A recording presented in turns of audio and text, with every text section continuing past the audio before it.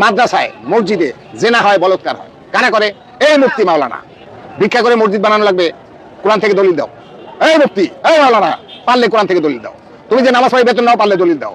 ইসলাম চর্চা করেছে এবং ইসলাম গ্রহণ করেছে।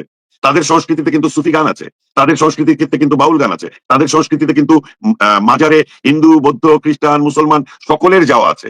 এবং আমার নিজের অভিজ্ঞতা, আমি দেখেছি শাহজালাল রহমতুল্লাহের মাজারে হিন্দুরা যাচ্ছে, তারা যে মানত করে সেখানে গিয়ে তারা খাসি জব দেয় এবং সেই মাজারেই রান্না হয়। অসংখ্য মানুষ সেখানে ওই মাজারে গিয়ে তাদের মানে দুপুরের খাবার, সকালের খাবার, রাতের খাবার খায়। দেশে বাউল শিল্পী আবুল সরকারকে গ্রেফতারের ঘটনার পর প্রশ্ন উঠেছে যে 2024 আগস্টের পর থেকে মাজার ভাঙার ঘটনা ঘটছিল, সাংস্কৃতিক কর্মকাণ্ডে নানা রকম বাধা সৃষ্টির প্রমাণ পাওয়া যাচ্ছিল এবং শিল্পী সংস্কৃতি কর্মীরা এ নিয়ে যখন উদ্বেগ প্রকাশ করছিলেন, তখন এই সময়ে এসে ধর্ম অবমাননার অভিযোগে বাউল শিল্পী আবুল সরকারকে গানের আসর থেকে গ্রেফতারের ঘটনা অনেককেই উদ্বিগ্ন করেছে বিশেষভাবে। এই নিয়ে কথা বলতে এখন আমার সঙ্গে যুক্ত হচ্ছেন আবৃত্তিকার, সংস্কৃতি কর্মী আকামুল্লাহ। আকামুল্লাহ, আপনাকে স্বাগত জানাই। মোল্লা মুন্সির কাছে আমার জানতে ইচ্ছে হয় আল্লাহর মুখ আছে কিনা, আল্লাহর হাত পা আছে কিনা, আল্লাহ কি শোনে কিনা, দেখে কিনা। যদি এরকম কিছু হয়ে থাকে তাইলে মোল্লা মুন্সিরা কেন বলে আল্লাহ নিরাকার? তাইলে আল্লাহর আকার আছে। তাদের মহারাজ আবুল সরকার, ওনাকে অনাকাঙ্ক্ষিত ভাবে গ্রেফতার করা হয়েছে। আমরা শিল্পীরা কি মানুষ খুন করি বাজান? আমাদের এই গান যারা শুনে তাদের দ্বারা কি কারোর কোনো ক্ষতি হয়? মুক্তি চাই, মুক্তি চাই, আবুল সরকারের মুক্তি চাই, মুক্তি চাই, মুক্তি চাই, আবুল সরকারের মুক্তি চাই, মুক্তি চাই, মুক্তি চাই, আবুল সরকারের মুক্তি চাই, খাজা অলির মুক্তি চাই, আবুল সরকারের মুক্তি চাই। এবার হুজুরদেরকে নিয়ে একই কথা বললেন মাজার পূজারীরা, যারা বাউল গানকে বিশ্বাস করে, যারা মাজারকে বিশ্বাস করে। এইসব কথা কিভাবে মুখ দিয়ে বলতে পারলো হুজুরদের বিরুদ্ধে? সম্মানিত ভিউয়ার্স, ভিডিওটা যে যেখান থেকে প্লে করেছেন তাদেরকে রিকোয়েস্ট করছি আপনারা সম্পূর্ণ ভিডিওটা দেখবেন। হুজুররা নাকি পরের বাড়ি খেয়ে মাদ্রাসা এবং মসজিদে তারা বলৎকার করে, কিন্তু বাউলরা তা করে না। আবুল সরকারের মতো নাকি মানুষ হয় না। প্রিয় দর্শক, আজকে কয়েকটা ইন্টারেস্টিং ভিডিও দেখাচ্ছি। আবুল সরকারকে গ্রেফতারের পর থেকেই যারা মাজারকে বিশ্বাস করে, যারা বাউল জগৎকে বিশ্বাস করে, যারা বাউল জগৎকে সমর্থন করে, তারা কিন্তু এখন হুজুরদের পিছনে লেগে গিয়েছে। সম্মানিত ভিউয়ার্স, আজকে প্রথমে আপনাদেরকে অল্প একটু কথা শুনিয়েছি, সম্পূর্ণ ভিডিওগুলো দেখাচ্ছি। আপনারা দেখে আপনাদের মূল্যবান মন্তব্য কমেন্টে জানাবেন যে ওনারা যে কথাগুলা বলতেছে এই কথাগুলা কতটুকু যৌক্তিক হতে পারে। সম্মানিত ভিউয়ার্স, আমি বেশি কথা না বলে সরাসরি আগে সেই মানুষগুলার কথাগুলা শোনাচ্ছি, তারা যে কথাগুলা বলেছে। মুক্তি চাই, মুক্তি চাই, আবুল সরকারের মুক্তি চাই, আবুল সরকার ভালো লোক, মুক্তি চাই, মুক্তি চাই। ভালো, আমাদের পাগলের পাশে ছিল, খানা দানা পাগলের অল টাইম দেখে, মানুষকে সেবা করে, পাগলদের অনেক দিক দিয়ে অনেক সাইড হেল্প করে। কোনো পাগলকে যদি একটা প্রশাসন হাতে করে নিয়ে যায় শালি থেকে, সে শুক্লাবাস করে যায় থানাতে, ওই অসহায় মানুষ, তারা গাঁজা পানা বিক্রি করে না, তারা সিদ্ধি পানি খায়। আপনি মেহরবানি করে সাইডা দেন। হ্যাঁ, না ওটা গাঁজা খায় আলাদা, সাধু লোকের সিদ্ধি খায়, ওটার ভিতরে ভাগ আছে। হ্যাঁ, আমি খাই না, আমি খাই না, আমি খাই না, আমি খাই না। একই জিনিস, একই জিনিস। এটা পাগল মানুষ বলছে, বুঝছেন না? পাগল হতো ব্রেন শট। না না, পাগল উম্মাদ যারা, তাদের কথা ভিন্ন, তাদের ব্রেন শট, বুঝছেন না? হ্যাঁ, আর কেউ আছে সাজে পাগল, যারা ব্রেন শট, তারা কথা মনে করেন, তাদের কথা কোনো ভ্যালুয়েশন নাই। অনেকে অভিযোগ করে বাজারে ভালো লোক আসতে পারে না গাঁজা করার জন্য। এখানে গাঁজা করার অল্প মানে এখানে বই আড্ডা মারা গাঁজা খায়। এগুলো জিনিস আমি সরকারের কাছে এবং প্রশাসনের কাছে, বুঝছেন, এবং আপনাদেরকেই করবো যে এগুলো যাতে, বুঝছেন না, যেহেতু আল্লাহর অলির দরবার থেকে এগুলো যতটা পরিষ্কার থাকবে, যতই থাকবে, এটা তো শুধু মনে করেন যারা আছে তারা একজন অলিরও বদনাম করে যে ওই অলির দরবারে যায় এগুলো, বুঝছেন না? না না না, এগুলো করতে পারে না। এখন যারা করছে, হ্যাঁ, এগুলোর মতে আমরা, হ্যাঁ হ্যাঁ, কোনো ব্যবস্থা কেউ নিতেছে না এগুলোর জন্য। এই যে আপনারা মিডিয়া আছেন, আপনারা তো নিতে পারেন, আপনারা তো দেশপ্রেম শুনেন। একসময় আমরা ছোটবেলায় শুনছি যে যারা আছে সাংবাদিক, তারা দেশের সবচাইতে বিপ্লবী ছিল, দেশপ্রেমিক ছিল। দেশের যত রকমের অনাচার, খালি এই যে এই বিভিন্ন রকমের ক্রাইম, এই যে ড্রাগসের ব্যবসা, এটা তো একটা ক্রাইম। আমি অনেক দূরে থেকে আসছি, তো আপনাদের কাছে আমার বিশেষভাবে এই থাকবে, আবুল ভাই আমাদের কাছে অত্যন্তই মনে করেন যে ভালো মানুষ। আমি তার কাছে এক কাপ তাও খাইনি কোনোদিন, এবং সে ভালো মানুষ। আসি দরবারে আসি, আমি দেখি যে তাকে সালাম দিলে সে সালাম নেয় এবং সে কথা বলে হাসি মুখে, এইটুকুই জানি। কিন্তু তার সাথে যে আমার একটা ঘনিষ্ঠ আন্দাসিক তা না, কিন্তু সে ভালো মানুষ, এটাই আমি জানি যে সে ভালো মানুষ। এবং আরো তার সাথে সফর সঙ্গীরা আছে, এটাও মনে হয় যে জানি যে তারা ভালো মানুষ, সাধুগুরু বৈষ্ণব। তো যাই হোক, মিডিয়া ভাইদেরকে আমার আন্তরিক শুভেচ্ছা, ভালো থাকবে। আসলে কি কোন ধর্ম কিরকম এটা বলতে কি যে আল্লাহর বান্দা, নবীর উম্মত, আমাদের ওলিয়া উলিয়ারা, গাউস কুতুব যারা আগে পূর্বপুরুষ জন্মান্তরে যোগে যোগে যারা এই যে 300 বছর, 400 বছর, 200 বছর, 100 বছর আগের মনে হয় যে ওলি, আমরা হয়তো তাদেরকে দৃষ্টি তারা আমাদেরকে দিয়েছে বলে আমরা ঘুরি এবং আমরা তাদেরকে পছন্দ করি এবং তাদের জন্য আমরা শ্রদ্ধা করি, এরকমই সবাই। যেমন আপনার মিডিয়া মনে হয় যে যদি সবাই বাংলাদেশের 64টা জেলা যদি মিডিয়া ভাই মনে হয় যে হতো, তাহলে তো সবাই মিডিয়া ধারণ করতো, তাই না?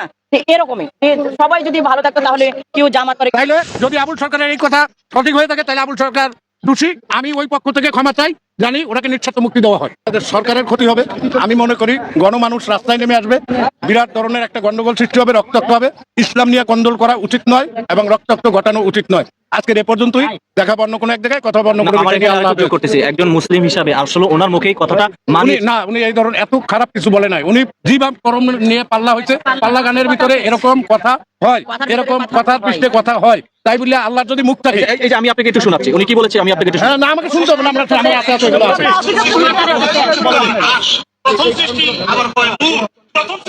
সঠিক, কোরআনে যা বলছে তাই বলছে। শুনেন না, আল্লাহ যে এক মুখ দিয়ে কথা কয়, আল্লাহর মুখ কয়, আসলে কি আল্লাহর মুখ আছে কিনা আমার জানতে ইচ্ছা হয়। এই দেশের মোল্লা মুন্সির কাছে আমার জানতে ইচ্ছা হয় আল্লাহর মুখ আছে কিনা, আল্লাহর হাত পা আছে কিনা, আল্লাহ কি শোনে কিনা, দেখে কিনা। যদি এরকম কিছু হয়ে থাকে তাইলে মোল্লা মুন্সিরা কেন বলে আল্লাহ নিরাকার? তাইলে আল্লাহর আকার আছে। তাইলে যদি আবুল সরকারের এই কথা সঠিক হয়ে থাকে তাহলে আবুল সরকার দোষী, আমি ওই পক্ষ থেকে ক্ষমা চাই, জানি ওনাকে নিঃশর্ত মুক্তি দেওয়া হয়। আমার মনে কয় না হয় আমাদের উপরে দোষ চাপানো হয়, আমরা নেশা করি, মানে যারা নেশা করে আর কি, আমার উপর দিয়ে আমি নিলাম। আমরা যারা গান করি বলা হয়, যারা মাঝার পূজারি আমাদেরকে বলা হয় না দরদি?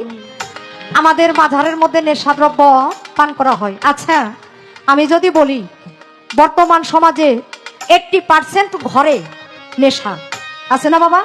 ওই যে নিজের বাপের নাম লয় না, আরেক বাপের নিয়ে ওই যে বাবা খায়, আছে না এরকম? এই বাবা খাইয়া, এই বাবা যখন মানে না থাকে, মাইরে যায় কয় আমার বাবা এনে দে তাড়াতাড়ি, নয় আমার জীবন কিন্তু গেল। আমার জীবন যদি যায় তোর জীবন কিন্তু থাকবো না। গলার মধ্যে যায় দাও ধরে তাড়াতাড়ি আমার বাবা কিনার টাকা দিই, ধরে না এরকম? এই যে খুন খারাপি অহরহ, এই যে সন্তানের হাতে বাবা খুন, সন্তানের হাতে মা খুন, প্রত্যেকটার পিছনে নেশা। এটা খাইকে মানে যে ইয়াবা সেবন করে এক শ্রেণীর এই যে পোলাপান যারা আছে, হ্যাঁ, অনেক বাবা মা অতিষ্ঠ হয়ে তারাই সন্তান হত্যা করতেছে না? আমরা ফেসবুক, ইউটিউব, বিভিন্ন খবরের মাধ্যমে আমরা এগুলা পাইতেছি।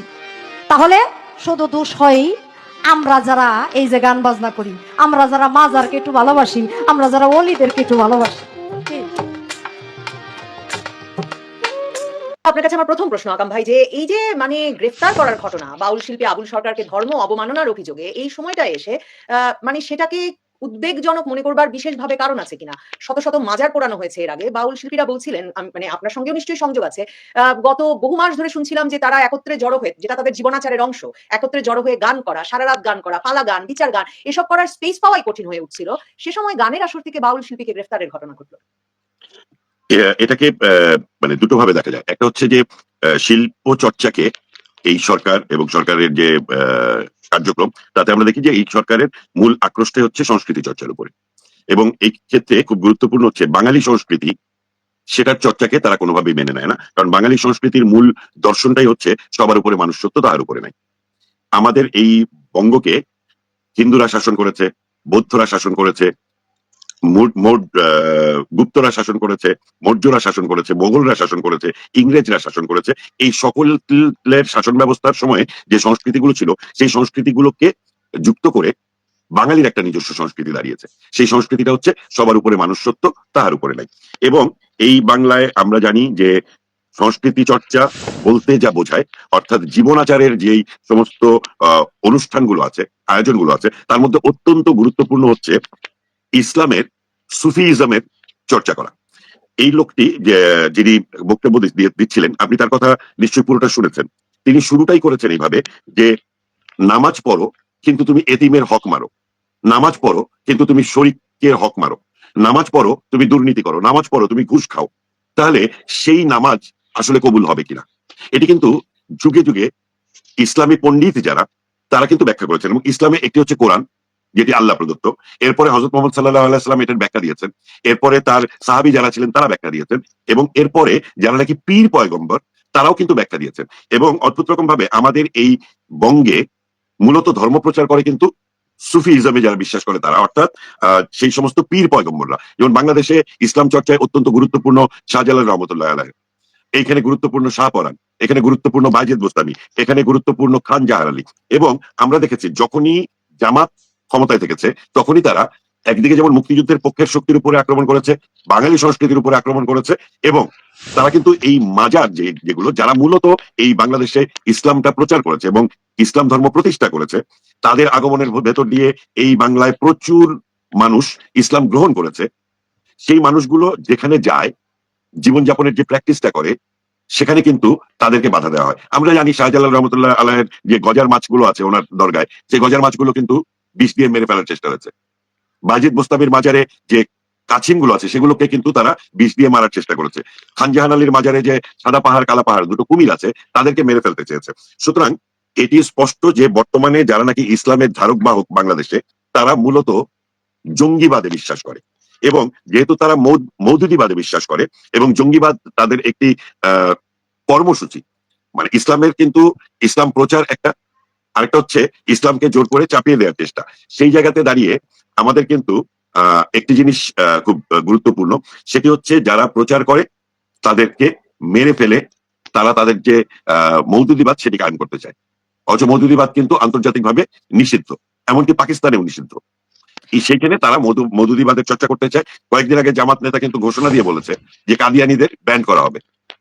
তো এই যে ধর্মের ভেতরে বিভিন্ন মতের মানুষ থাকে, ইসলাম ধর্মের ভেতরেই যে চর্চার প্রক্রিয়া নিয়ে যে অংশগুলো থাকে, সেই অংশীজনদের ভেতরে তারা মনে করে শুধুমাত্র মৌদুদিবাদে যারা বিশ্বাস করে তারাই প্রকৃত মুসলমান।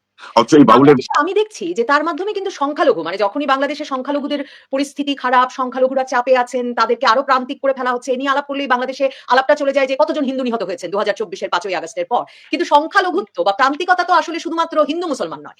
এই যে ক্রমাগতভাবে আমরা দেখছি যে কয়েকশো মাজার ভেঙে ফেলা হলো, মাজার থেকে তাদের প্রধান ব্যক্তির লাশ তুলে এনে পুড়িয়ে ফেলা হলো, মানে এই যে ভয়ের একটা রাজত্ব কায়েম করা, এবং এগুলোর কোনোটার কোনো বিচার হচ্ছে না, এবং এখন বাউলদের গ্রেফতারের ঘটনা ঘটছে। আর আপনি বলছিলেন যেটা, এই বাউলদের প্রতিরোধের ঘটনাটা কিন্তু নতুন না। আপনি দেখেন 2020 সালে আওয়ামী লীগের আমলে রীতা দেওয়ানকে এই ধর্ম অবমাননার অভিযোগ তুলে গ্রেফতার করা হলো, এবং এই যে মানে তারা কিন্তু সারা রাত ধরে এই পালাগান বিচার গানে ধর্মই প্রচার করেন, এবং মূল কথাই ওটা বলেন যে পরের দ্রব্য পরের নারী হরণ করো না। তো আজ তো দেখলাম মির্জা ফখরুল ইসলাম আলমগীর আলেমদের সমাবেশে গিয়ে বলেছেন এত আলেম ওলামা আছে, চুরি হচ্ছে কেন? উনি বললে অসুবিধা নাই, বাউল বললে অসুবিধা কি? মানে বাউলের যে দর্শনটা সেখানে অত্যন্ত গুরুত্বপূর্ণ হচ্ছে আধ্যাত্মবাদ। এই আধ্যাত্মবাদের দুটো অংশ থাকে, একটা শরীয়ত, একটা মারফত। আমরা যদি যে বাউলকে গ্রেপ্তার করা হলো, প্রথমে একজন সংস্কৃতি কর্মী হিসেবে আমি এটা মানে ধিক্কার জানাই, প্রতিবাদ জানাই। বাংলাদেশের মাটিতে বসে থাকা সংস্কৃতি কর্মীরা যখন কথা বলতে পারছে না, সংস্কৃতি চর্চা করতে পারছে না, শরৎ উৎসবও বন্ধ করে দেওয়া হচ্ছে। শুধু কুষ্টিয়ার লালন উৎসবটা তারা বন্ধ করতে পারেনি, কিন্তু আমি নিশ্চিত যে যদি এরা ক্ষমতায় যায় তাহলে লালনের যে মাজারটা আছে, সরকারি ইভেন্ট গুলো চলছে, মানে সরকার ঠিক করছে যে তারা এভাবে ইভেন্ট করবে, এই এবং গান গাওয়া যাবে, এরা সেই ইভেন্টের মধ্যে কিন্তু অদ্ভুত রকম ভাবে সেই ইভেন্টের মধ্যে বাংলাদেশের লালন ব্যান্ড যখন নাকি কনসার্ট করতে যায় সেটিকে ভেঙে দেওয়া হয়। অথচ পাকিস্তান থেকে এনে আতিফ ইসলাম কিংবা কি বলে রাহাত ফতে আলী খানের কনসার্ট করতে কিন্তু কোনো অসুবিধা হয় না। অর্থাৎ পাকিস্তান থেকে লালন ব্যান্ডে মনে রাখতে হবে মুখ্য শিল্পী একজন নারীও বটে, তবে জেমসের কনসার্টও বাতিল হচ্ছে। হ্যাঁ, সেটাই বললাম। মানে সংস্কৃতি কর্মীরা যারা নাকি ডিপ স্টেটের টাকা খেয়ে এই মানে শেখ হাসিনার সরকারকে উৎখাতের সঙ্গে সম্পৃক্ত ছিল, তারা কিন্তু 5 আগস্টের পরে তাদের কর্মসূচি গুলো কিন্তু বাধা দেওয়া হয়েছে। এখন আমি যে জায়গাটা বলছিলাম যে শরীয়ত এবং মারফত, এই বাউল কিন্তু কথা বলতে বলতে একটা পর্যায়ে এসে তিনি বললেন যে এটা হচ্ছে শরীয়ত, এবং এই শরীয়ত মানাটাই হচ্ছে ধর্ম। শরীয়ত হচ্ছে আমাদের জীবনযাপন, আর মারফত হচ্ছে একদমই আধ্যাত্মবাদ। আধ্যাত্মবাদে তো সাধারণ মানুষ যায় না। এবং আরো একটি বিষয় আছে যে গত ইজতেমার সময় সুন্নিরা যখন নাকি তারা করবে কি বলে ইজতেমায় তাদের যে 3 দিন, সেই 3 দিনের কর্মসূচি বাধাগ্রস্ত করবার জন্য সুন্নিদের উপরে আক্রমণ হয়, এবং তারপরেও যখন নাকি তারা এই ইজতেমা করে ফিরে যায় তখন কিন্তু তাদের একজনকে গাজীপুরে গাছের সঙ্গে বেঁধে পিটিয়ে হত্যা করা হয়। সুতরাং এরা আসলে ইসলামেরও শত্রু। যারা ইসলামের ধারক বাহক বলে নিজেদেরকে পরিচয় দেয় এবং যাদের কর্মসূচিটা হচ্ছে জঙ্গিবাদ এবং যাদের রাজনৈতিক দর্শনটা হচ্ছে মৌদুদিবাদ, তারা মনে করে এদের বাইরে আর কোনো মুসলমানই থাকতে পারবে না। সেক্ষেত্রে আপনি দেখেন অনেকের কনফিউশন দূর করার জন্য যদি ওই কথাটা বলেন যে এই যে আপনি বলছেন সুন্নিকে পিটিয়ে মেরে মানে গাছের সঙ্গে বেঁধে পেটানো হলো, মানে বাংলাদেশে তো সংখ্যাগরিষ্ঠ মুসলমান সুন্নিই বটে, তারপরেও যে সেখানে ভাগ, সেই বিষয়টাও তো আলাপ করা দরকার। এটাই বলতে চাচ্ছিলাম। এরা সংখ্যালঘু বলতে শুধুমাত্র হিন্দু, বৌদ্ধ, খ্রিস্টানদেরকে বোঝায় না, কিংবা আদিবাসী বোঝায় না। তারা সংখ্যালঘু বলতে বোঝায় হচ্ছে যারা তাদের মতাদর্শে বিশ্বাস করে না, তারা সবাই। এবং এখানে ক্ষমতা তো একটা শক্তি, সেই ক্ষমতার বলে তারা কিন্তু ইসলাম ধর্মের যে মূল মানে মানুষগুলো, যে এই বাংলায় যারা নাকি ইসলাম চর্চা করেছে এবং ইসলাম গ্রহণ করেছে, তাদের সংস্কৃতিতে কিন্তু সুফি গান আছে, তাদের সংস্কৃতিতে কিন্তু বাউল গান আছে, তাদের সংস্কৃতিতে কিন্তু মাজারে হিন্দু, বৌদ্ধ, খ্রিস্টান, মুসলমান সকলের যাওয়া আছে। এবং আমার নিজের অভিজ্ঞতা, আমি দেখেছি শাহজালাল রহমতুল্লাহের মাজারে হিন্দুরা যাচ্ছে, তারা যে মানত করে সেখানে গিয়ে তারা খাসি জব দেয় এবং সেই মাজারেই রান্না হয়। অসংখ্য মানুষ সেখানে ওই মাজারে গিয়ে তাদের মানে দুপুরের খাবার, সকালের খাবার, রাতের খাবার খায়। সুতরাং কোন ধর্মের মানুষ এই বাংলাদেশে নিরাপদ নয়। এবং এই গ্রেপ্তারটা অত্যন্ত সিগনিফিকেন্ট এই কারণে যে এই মানুষটা যে বাউল দর্শনে ইসলামের কথা বলছিল তাকে গ্রেপ্তার করা হলো। এবং বাংলাদেশে আসলে বাঙালি সংস্কৃতির ভেতরে কিন্তু ইসলামের যে সংস্কৃতি, যে অন্য ধর্মকে ধর্ম পালনে বাধা দেওয়া যাবে না। হযরত মুহাম্মদ সাল্লাল্লাহু আলাইহি ওয়াসাল্লামের কিন্তু মদিনা সনদে প্রথম লাইনটা হচ্ছে আজকে থেকে ধর্মে ধর্মে বিরোধ সমাপ্ত হলো এবং ইসলাম প্রচারের জন্য কোন মুসলমান অন্য ধর্মের কাউকে আক্রমণ করতে পারবে না, তাদের ধর্মচর্চায় বাধা দিতে পারবে না। এবং আপনার মনে আছে যে যখন নাকি ইসলামিস্টরা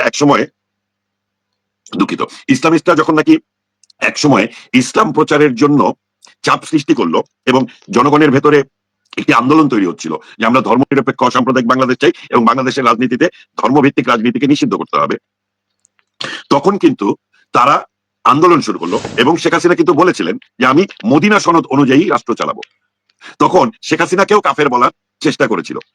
এগুলোর যে ধারাবাহিকতা, সেই ধারাবাহিকতায় 5 আগস্টের পরে আজকে বাংলাদেশে যেটা ঘটেছে, যেটা ইতিপূর্বে ঘটে নাই। 2001 থেকে 2006 জামাত বিএনপির সাথে ছিল।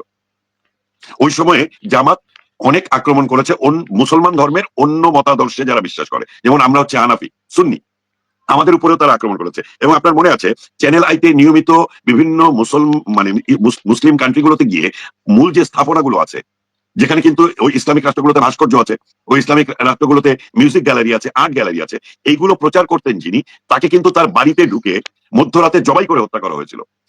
এই জায়গাটাতে এসে 5 আগস্টের পরে বাংলাদেশে আসলে সবার উপরে মানুষ সত্য, এই দর্শনে যারা বিশ্বাস করে তাদের প্রত্যেকের জীবন অনিরাপদ। এই বাউলের গ্রেপ্তার হওয়া, আমি যেটা বুঝি না, মানে আপনিও তো নিশ্চয়ই, মানে লাখ লাখ মানুষ আছেন বাংলাদেশে বাউল কিন্তু বাংলাদেশে ওই সরকারি ইভেন্টে এসে সাজানো একতারা বাজিয়ে নাচবেন আর গাইবেন। আচ্ছা, এটা তো ওনাকে শুধু গ্রেপ্তার করা হলো, তাই তো? আমরা এটা দেখতে পাচ্ছি। কয়েকদিন আগে ঢাকা শহরে বাউলদেরকে ধরে চুলদাড়ি কেটে দেওয়া হলো না? দিকে দিকে এটার নাকি আবার একটা প্রতিষ্ঠান আছে যারা নাকি দিকে দিকে বাউলদেরকে পরিষ্কার করছেন, চুলদাড়ি কেটে দিচ্ছেন। চুলদাড়ি কেটে দিয়ে এখন মানে আমি যেটা একটু শেষ করি আকাম ভাই, এই যে চুলদাড়ি কেটে দেওয়ার প্রবণতা, এরকম সংগঠন আগে দেখি নাই, কিন্তু এসবও কিন্তু বিভিন্ন সময় বিভিন্ন জায়গায় বিভিন্ন বাউল বসতিকে লক্ষ্য করে এসব হয়েছে। কিন্তু এরা তো বাউল জীবনাচরণ ছেড়ে দেন নাই, সবচেয়ে মানে সীমিত খেয়ে সীমিত মানে একেবারে সাধারণ জীবনযাপন করে এই দর্শনটাতে বিশ্বাস করে তারা শত শত বছর ধরে এই বাংলায় আছেন। তো এখন গ্রেফতার করে ভয় দেখিয়ে তৌহিদি জনতা দিয়ে মিছিল ব্যানার করে এই লাখ লাখ মানুষকে কিভাবে উধাও করে দেওয়া যাবে? মানে হবেটা কি আসলে? হবে হচ্ছে যে ক্ষমতায় টিকে থাকার জন্য তারা, যারা নাকি তাদের মতাদর্শে মওদুদিবাদী এবং তাদের কার্যক্রমে উগ্র জঙ্গিবাদ কিন্তু কোনো দর্শন না, উগ্র জঙ্গিবাদ হচ্ছে একটা কর্মসূচি। সেই কর্মসূচির মাধ্যমে তাদের মতাদর্শে যারা বিশ্বাস করে না তাদেরকে হত্যা করাটা তারা জায়েজ মনে করে। তাদের চুলদাড়ি কেটে দেওয়াটা তাদের সংগ্রামের অংশ, ওই মুসলমানদের সংগ্রামের অংশ। এই মাজার ধ্বংস করে দেওয়াটা ওই সংগ্রামের অংশ। সুতরাং এই সংগ্রামটা হচ্ছে তাদের, যারা ক্ষমতায় আছে এবং যারা মূলত মুসলমানই না। ইসলাম কখনোই অন্য কোনো ধর্ম প্রচারে বাধা দেয় না। আমরা জানি ইসলাম একটা শান্তির ধর্ম। বাংলাদেশে 90% মুসলমান, এই 90% মুসলমানের ভেতরে 80% হচ্ছে সবার উপরে মানুষ সত্য, তার উপরে নাই, এই দর্শনে বিশ্বাস করা মুসলমান। সেই মুসলমানগুলোকে মেরে ফেলার প্রক্রিয়া হচ্ছে। আমাদের সময়ও প্রায় শেষ। আমি আরেকটা ঘটনা একটু মনে করিয়ে দিতে চাই। শহীদ মিনারের মূল বেদিতে ওঠা যাবে না, এটি একটি রিট হয়েছিল হাইকোর্টে, আপনার মনে আছে? এবং এটা আওয়ামী লীগ ক্ষমতার সময়। পরে একদমই নির্ধারণ করে দেওয়া হয়েছিল যে শহীদ মিনারের যে মূল বেদিটা, অর্থাৎ যেখানে গিয়ে ফুল দেয়া হয়, ওই শহীদ মিনারে কিন্তু 3টা ধাপে বেদি, প্রথম ধাপ, দ্বিতীয় ধাপ, তৃতীয় ধাপ। হাইকোর্টের রায়ে স্পষ্ট করে দেওয়া হলো প্রথম ধাপেই শুধু জুতা নিয়ে ওঠা যাবে না। তখন ঢাকা বিশ্ববিদ্যালয়ের সংস্কৃতি কর্মী নামে, ছাত্র কর্মী নামে একটা গ্রুপ, তারা শহীদ মিনারে গিয়ে শহীদ মিনারে ঢুকতেই জুতা পরে ঢোকা যাবে না, এই প্রক্রিয়াটা তারা শুরু করলো এবং বাধা দিল। এক পর্যায়ে আমরা সংস্কৃতি কর্মীরা কিন্তু সম্মিলিত সাংস্কৃতিক জোটের নেতৃত্বে তাদেরকে ধাওয়া দিয়ে আমরা কিন্তু শহীদ মিনার থেকে বের করে দিয়েছিলাম। কারণ তারা প্রক্রিয়াটা এমন করছিল যে মানুষ প্রথমেই যদি বাধাপ্রাপ্ত হয় এবং শহীদ মিনারের পবিত্রতাকে ইস্যু যদি তারা করে, তাহলে ওই শহীদ মিনারে মানুষ যাবে না। আসলে শহীদ মিনারটা কি? শহীদ মিনার হচ্ছে আমাদের শপথের স্মৃতি সাক্ষী। সকল গণতান্ত্রিক আন্দোলনে আমরা বাঙালিরা কিন্তু সেখানে যাই এবং আমরা শপথ গ্রহণ করি। বাঙালির গণতান্ত্রিক আন্দোলনে, বাঙালির সংস্কৃতির আন্দোলনে অন্যতম পিঠ হচ্ছে শহীদ মিনার। সেই শহীদ মিনারে যাওয়াটাও কিন্তু তারা বাধা দেওয়ার চেষ্টা করেছে। সুতরাং আমরা আসলে শহীদ মিনার, মাজার কিংবা বাউলদেরকে গ্রেপ্তার করা, এই কোনো কিছুকেই আমরা আলাদাভাবে দেখি না। তারা ইসলামকেও ধ্বংস করতে চায়, হিন্দুদেরকে বাংলাদেশে থাকতে দিবে না, বৌদ্ধদেরকে বাংলাদেশে থাকতে দিবে না, খ্রিস্টানদেরকে বাংলাদেশে থাকতে দিবে না। আপনি জানেন যে শুধু মন্দিরে নয়, বাংলাদেশের ইতিহাসে এই 5 আগস্টের পরে প্রথমবারের মতো গির্জাতে পর্যন্ত বোমা পাঠানো হয়েছে। সুতরাং এগুলো বিচ্ছিন্ন ঘটনা নয়। আন্দোলনটা হচ্ছে এই পুরো অপশক্তিকে আমরা যতক্ষণ পর্যন্ত পরাজিত করতে না পারবো, ততক্ষণ পর্যন্ত বাংলাদেশ আসলে প্রকৃত মুসলমানদের জন্য নিরাপদ নয়, আর অন্য সকল ধর্ম, বর্ণ, গোত্র বিশেষে যত ধরনের মানুষ এই বাংলাদেশে আছে তাদের কারোর জন্যই নিরাপদ নয়। সুতরাং আমার শেষ প্রশ্ন যে এই যে 2024-এর 5ই আগস্টের পর থেকে শুনছিলাম যে কালচারাল ফ্যাসিবাদের দোসর যেসব সংস্কৃতি কর্মী আছে তাদের মুক্ত করতে হবে, কিন্তু কি অদ্ভুত, তারা যখন মুক্ত হলেন তারপর তাদেরকে রিপ্লেস করা, মানে তাদের সরিয়ে দিয়ে আরেক দল সংস্কৃতি চর্চা করছে, এটা হলো না। সারা বাংলাদেশে সংস্কৃতি চর্চা বন্ধ করে দেওয়া হলো, আর কিছু নতুন সংস্কৃতির মানে আমদানি হলো এবং সরকারি ইভেন্টে সংস্কৃতি করা শুরু হলো। মানে এই মানে পুরো বন্ধ করাটাই উদ্দেশ্য কিনা? পয়লা বৈশাখের মঙ্গল শোভাযাত্রাই তো তার প্রমাণ দেয়।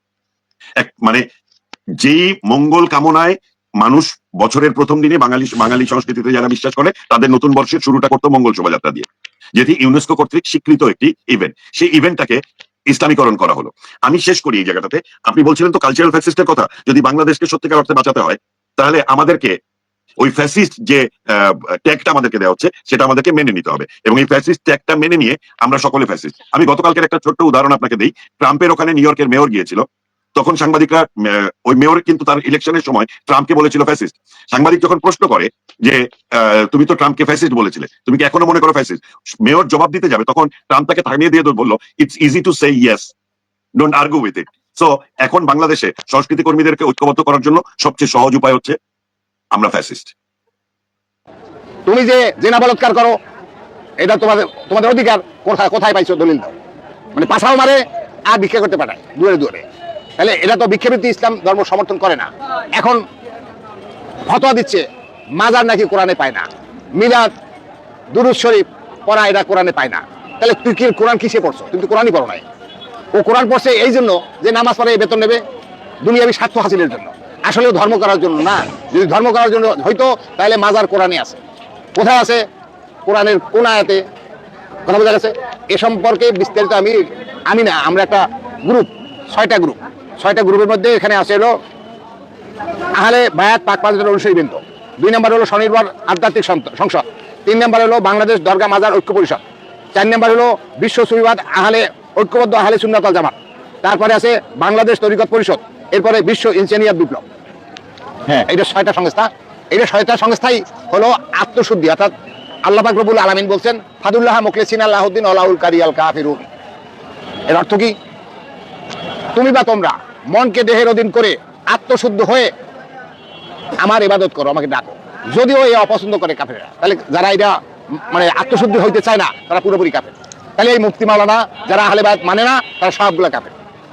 এখন যাচ্ছি, এদেরকে আল্লাহ কাফের বলছে, জালেম বলছে, জাহেল বলছে, আগুনখোর বলছে, মানে বদমাইশ বলছে, পথভ্রষ্ট বলছে, বহু আয়াতে ওরা পড়ছে কিন্তু মানে না। ওরা কি বলে? আমরা খাবো কি এ সম্পর্কে আল্লাহ সমাধান দিছে। সূরা জুমা আয়াত নাম্বার 10, এখানে বলা হয়েছে তোমরা নামাজ শেষে রুটি রুজির জন্য বের হয়ে যাও, জমিনে ছড়িয়ে পড়ো। তাহলে অন্য 4 দোকানদার সেও সংসার চালায়, একটা জুতো সেলাই করে সে সংসার চালায়, মানে ছোটখাটো ব্যবসা করে বাদাম বেচে সেও সংসার চালায়। তা এরা মানে কাজও করে, ওদিকে বেতন নেয়। বেতন দিলে যারা দেয় তারাও মুসলমান না, আর যারা নেয় তা তো মুসলমানই না। মানে এরা মুসলমান না, এরা হলো প্রতারক। আপনি আজকে একটা জিনিস ফলাও করে প্রচার হচ্ছে, কি প্রচার হচ্ছে? মাদ্রাসায় মসজিদে জেনা হয়, বলৎকার হয়। কারা করে? এই মুফতি মাওলানা। এরা আলেম তো নাই, জালেমের দল। এরা হলো ইহুদিদের চালা, ইহুদির থেকে সাহায্য পায়, আর দুয়ারে দুয়ারে ভিক্ষা করে, ছেলেমান ভর্তি করে, মানে পাছাও মারে আর ভিক্ষা করতে পাঠায় দুয়ারে দুয়ারে। তাহলে এরা তো ভিক্ষাবৃত্তি ইসলাম ধর্ম সমর্থন করে না। ভিক্ষা করে মসজিদ বানানো লাগবে, কোরআন থেকে দলিল দাও। এই মুফতি, এই মাওলানা, পারলে কোরআন থেকে দলিল দাও। তুমি যে নামাজ পড়ে বেতন নাও, পারলে দলিল দাও। তুমি যে জেনা বলৎকার করো এটা তোমাদের অধিকার, কোথায় পাইছো দলিল দাও। তা আমরা এরকম 25টা দলিল চাইছি। কথা বোঝা গেছে? তাফসীর মাহফিল করে টাকা নাও, দলিল দাও। কোথায় পাইছো? তোমাদেরকে আল্লাহ কাফির বলছে, জালেম বলছে, জাহেল বলছে, আর যারা তোমাদেরকে টাকা দেয় তারাও ইসলাম থেকে খারিজ হয়ে যায়। তাহলে মুসলমান এখন ওরা সবটা মানে বদমাইশের দলকে করতে পারছে। সম্মানিত ভিউয়ার্স, এই যে ভিডিওগুলা দেখেছেন, তাদের সম্পূর্ণ কথাগুলা শুনেছেন, তারা যে কথাগুলা বলেছে হুজুরদেরকে নিয়ে, বাউল আবুল সরকারকে নিয়ে, তাদের কথাগুলো আপনাদের কাছে কেমন লেগেছে অবশ্যই একটা করে কমেন্ট করে আপনারা জানিয়ে যাবেন। ভিডিওটা সর্বোচ্চ পরিমাণ শেয়ার করবেন, সবাইকে দেখার সুযোগ করে দিবেন। সবাই ভালো থাকবেন, সুস্থ থাকবেন। পরবর্তী কোনো একটা ভিডিওতে আপনাদের সাথে দেখা হবে। আসসালামু আলাইকুম।